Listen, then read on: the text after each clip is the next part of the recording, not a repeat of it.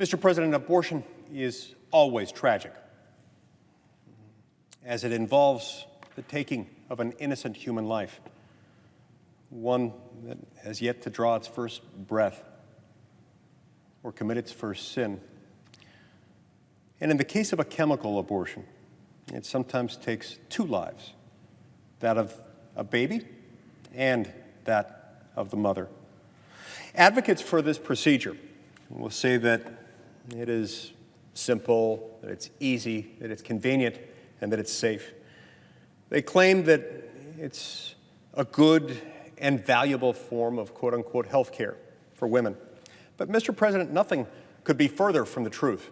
The grim and gruesome reality is that this barbaric practice wreaks havoc on women's bodies and destroys the tiny bodies growing within them. So just how does this procedure work? Well, the details are not pleasant. First, the mother is given a pill that blocks progesterone.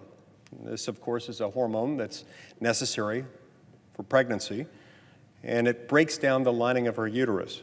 Without progesterone, you see, the baby whose heart is already beating is starved to death and dies in her mother's womb.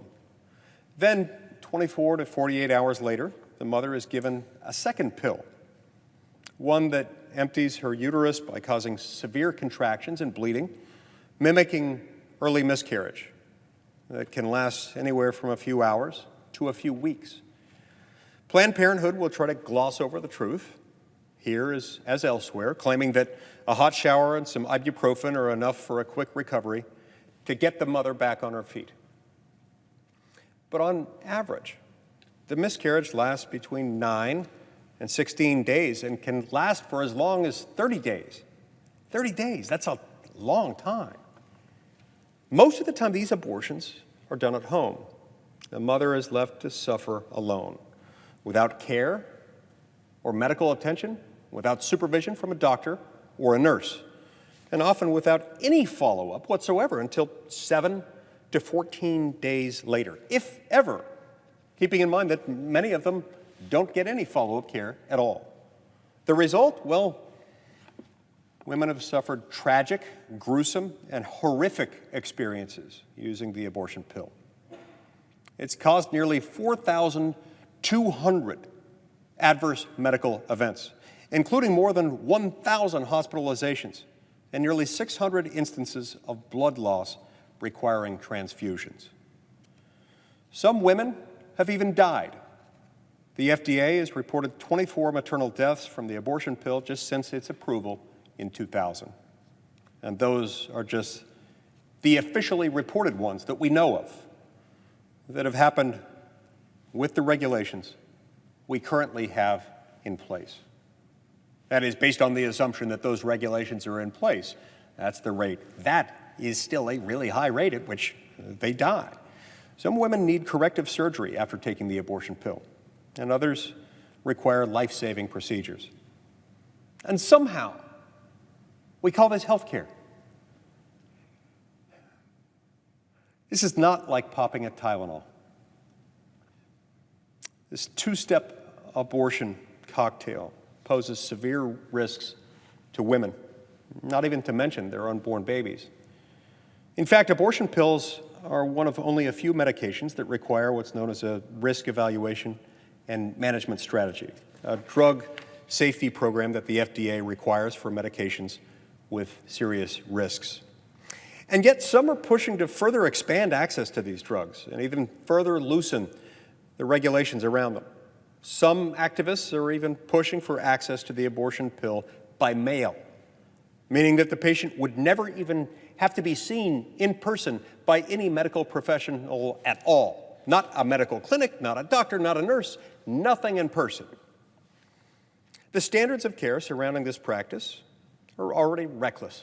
They're already harmful, and they're already causing misery, injury, suffering, and death. In fact, they're unacceptable standards of care for women and for babies. The last thing we should be doing is making them even worse, making them even more vulnerable than they already are.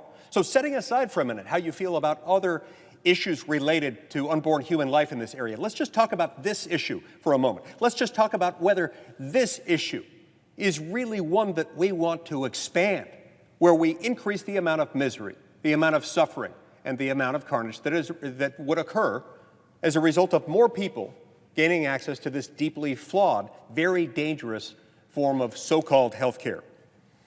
That's why we ought to support the bill put forward by my friend and colleague, Senator Hyde-Smith.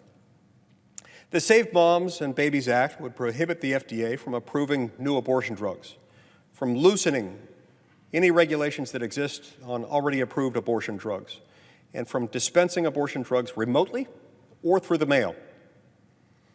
The purpose of health care is to heal, to preserve, and to protect human life, Madam President. A chemical abortion happens in the first trimester of life, up to about the 10th week of pregnancy, when an unborn baby already has a beating heart, when an unborn baby already has a growing brain, and the growing baby already has 10 fingers and 10 toes. And she deserves a shot at life, at the beginning of life, at the front door.